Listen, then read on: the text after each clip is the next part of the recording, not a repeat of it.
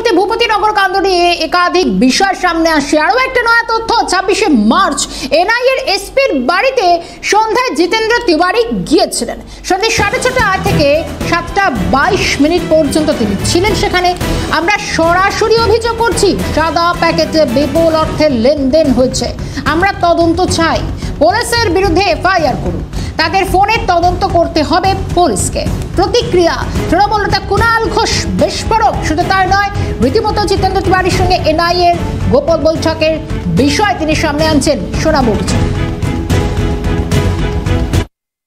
26শে March সন্ধে 6:30 এনআইএর SP Dhanram Singh এর new টাউনের বাড়িতে এন্ট্রি নিয়েছিলেন বিজেপি নেতা জিতেন্দ্র তিওয়ারি। এটা এনআইএর এসপি ধনরাম সিং এর বাড়ির ভিজিটার্স বুক। সেখানে দেখা যাচ্ছে জে কে তিওয়ারি, তার অ্যাড্রেস দেয়া হয়েছে সরস্বতী নিকেতন, 5th ক্যামাক স্ট্রিট, কলকাতা। এই সরস্বতী নিকেতন 5 ক্যামাক স্ট্রিট, কলকাতা, এটি হচ্ছে জিতেন্দ্র তিওয়ারির মেয়ে পল্লবী তিওয়ারির বাড়ি। জে কে তিওয়ারি এন্ট্রি করেছেন, তিনি ওই হাউজিং এর ফ্ল্যাট নাম্বার J066 গেছেন। তিনি গেছেন সন্ধে 6:30। তিনি ছিলেন 7:22 পর্যন্ত।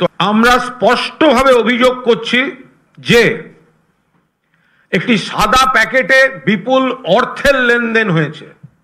আমরা তদন্ত চাইছি।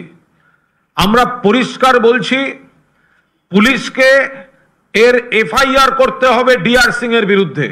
ডিআর সিং, ধনরাম সিং এবং জিতেন তিওয়ারি, তাদের মোবাইল ফোনের লোকেশন প্রমাণ করা হোক, খতিয়ে দেখা হোক, তদন্তে আনা হোক। 2, ওই সময়টায় যতক্ষণ উনি ছিলেন 6:30 থেকে 7:22 সন্ধ্যাবেলা, সেই সময় এই দুজনের ফোন থেকে কোথায় কোথায় ফোন গেছে তার হদিশ পুলিশকে বার করতে হবে। কাদের সঙ্গে কথা বলেছে এত বড় চক্রান্তটা।